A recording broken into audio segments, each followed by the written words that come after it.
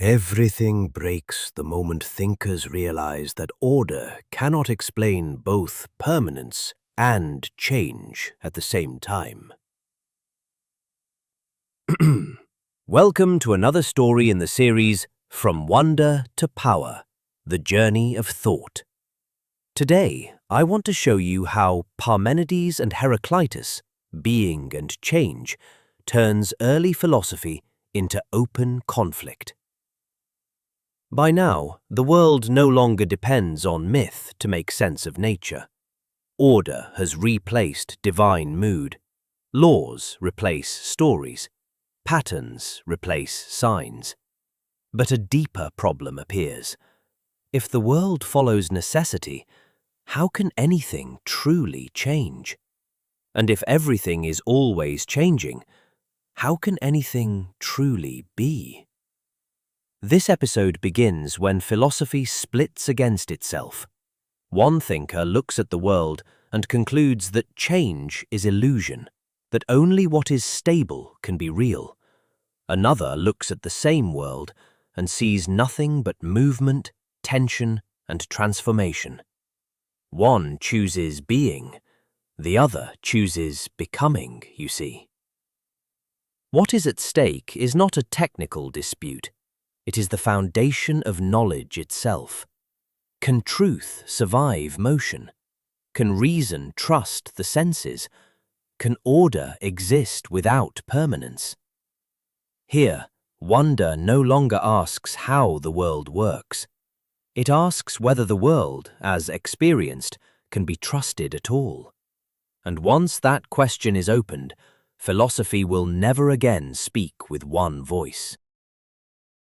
Across the dry plain near Elia, a young herdsman guides his goats along a path pressed into the ground by countless seasons.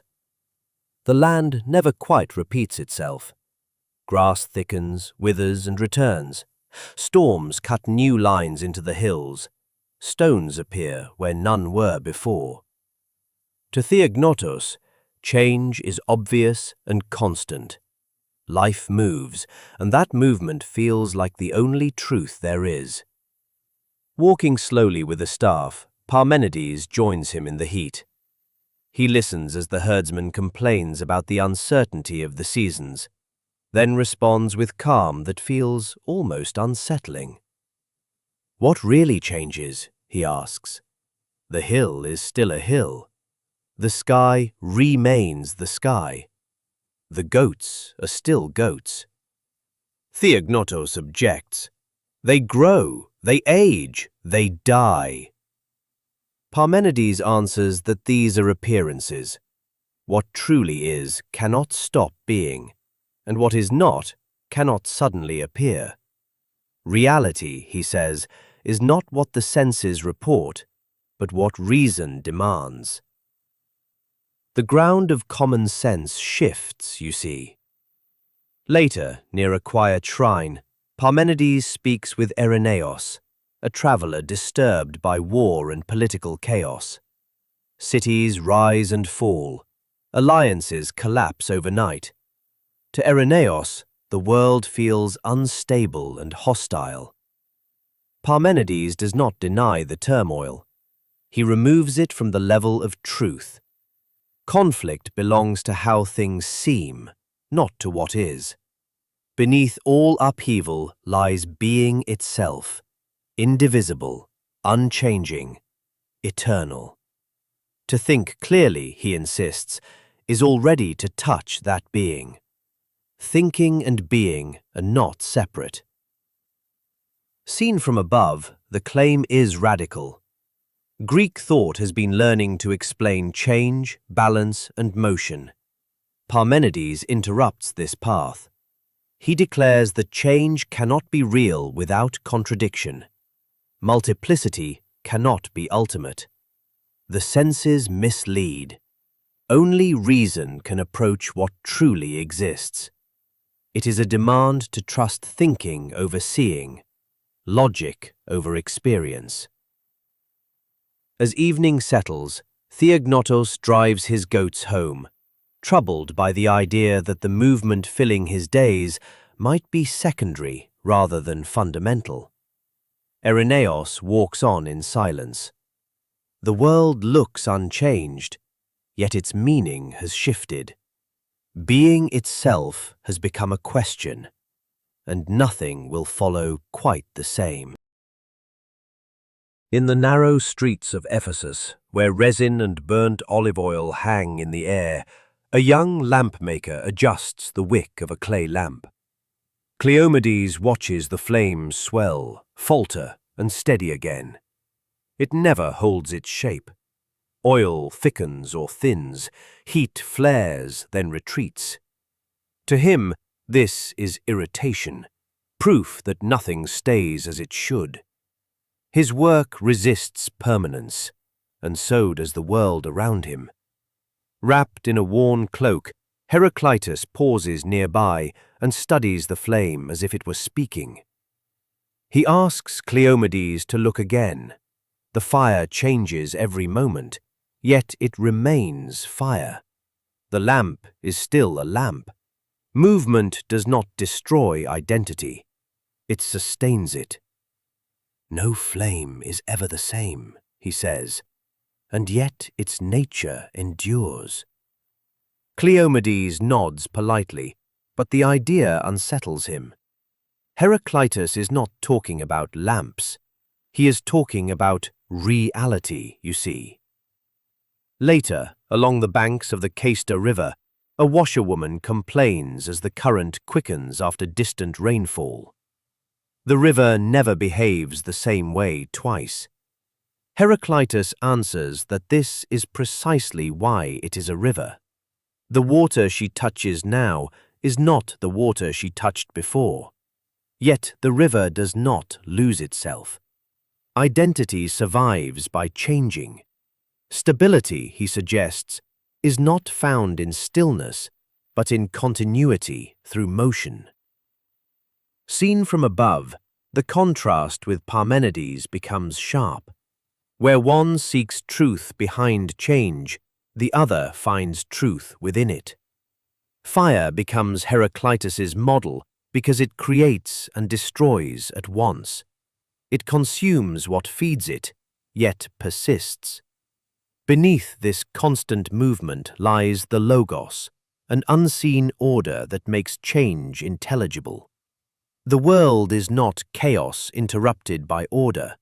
It is order expressed as tension, opposition, and flow.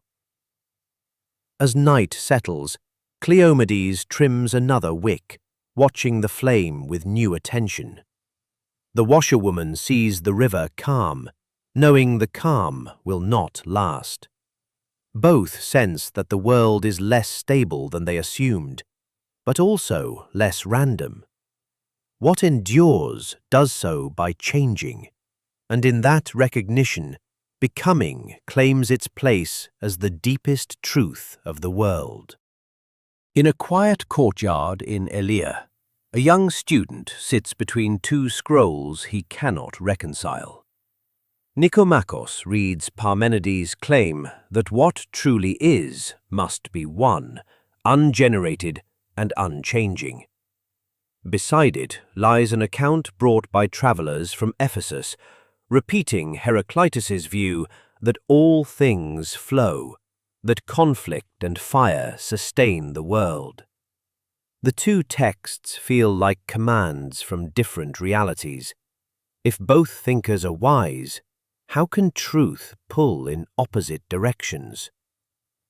Seeking clarity, Nicomachus approaches Parmenides resting beneath an olive tree. He objects that everything he experiences changes. Voices fade, leaves fall, bodies age. Parmenides answers calmly. The senses deceive, he says. They show appearances, not being. What truly is cannot come from what is not, and therefore cannot change. Reason alone can grasp reality. Nicomachus leaves troubled. He has been given certainty, but only by setting aside nearly everything he sees. Well. Still uneasy, He later finds Heraclitus in Ephesus, watching a small fire burn. Heraclitus tells him to look closely. The flame survives only by changing. If it held one shape, it would go out. Change is not the enemy of order. It is how order exists. The senses reveal flux, and reason's task is to recognize the pattern within it, the logos that holds tension together. Nicomachus feels a different clarity take shape. Seen from above, this is the first great fracture in philosophy. Parmenides trusts reason against perception. Heraclitus trusts perception interpreted by insight. One seeks truth in what does not change. The other finds it in becoming. As Nicomachus walks at dusk, stones feel solid while shadows shift. He cannot yet choose. But he understands that the contradiction is not a failure. It is the beginning of thought itself. In a modest study in Athens, a young copyist lays two wax tablets side by side.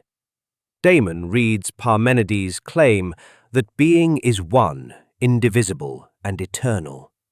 On the other tablet are fragments attributed to Heraclitus, insisting that all things flow and that conflict sustains harmony. He prepares to copy both for a patron, yet the more carefully he reads, the less they fit together. These are not rival descriptions of nature, they are rival pictures of reality itself. Later, beneath a shaded portico, Damon listens to a dispute among thinkers. An older philosopher argues that Parmenides must be right. Without something unchanging, thought collapses. If everything flows, there is nothing stable to know. Knowledge needs an anchor. Across from him, a younger student, trained in Ionian ideas, objects. An unchanging being explains nothing about life as it is lived. Children grow, wood decays, cities rise and fall. To deny change is to deny the world. Heraclitus, she insists, takes reality seriously as movement, tension, and struggle. Seen from above, this tension becomes foundational. The question is no longer simply what the world is like, but what it means for something to be at all. If being is truly one and unchanging, then motion and plurality must somehow be illusions. If change is fundamental, then permanence must be explained away. Stability and transformation cannot both be ultimate, yet neither can be ignored. As evening settles, Damon finishes his work. He has not chosen a side, but he sees what has opened. From this conflict will grow every later debate about being, unity and multiplicity, essence and process, permanence and change. The disagreement is not an obstacle. It is the starting point. Ontology begins here, not with an answer, but with a problem that refuses to disappear. Something decisive has happened in this dispute. Philosophy has lost the comfort of a single starting point. Reality can no longer be explained by one principle without remainder. Being and change now stand in open tension, and neither can be removed without breaking something essential. Right? What is gained is depth. Thought is forced to slow down and define its terms. Knowledge can no longer rely on intuition alone. It must explain how stability is possible in a changing world, or how change can occur in a world that is. From this point on, philosophy becomes self-conscious.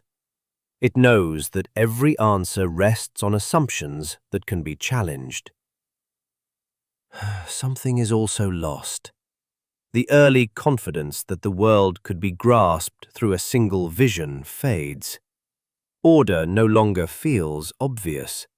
Explanation becomes harder, more technical, less immediately connected to everyday experience. This episode leaves a lasting inheritance. Plato will try to save permanence without denying change.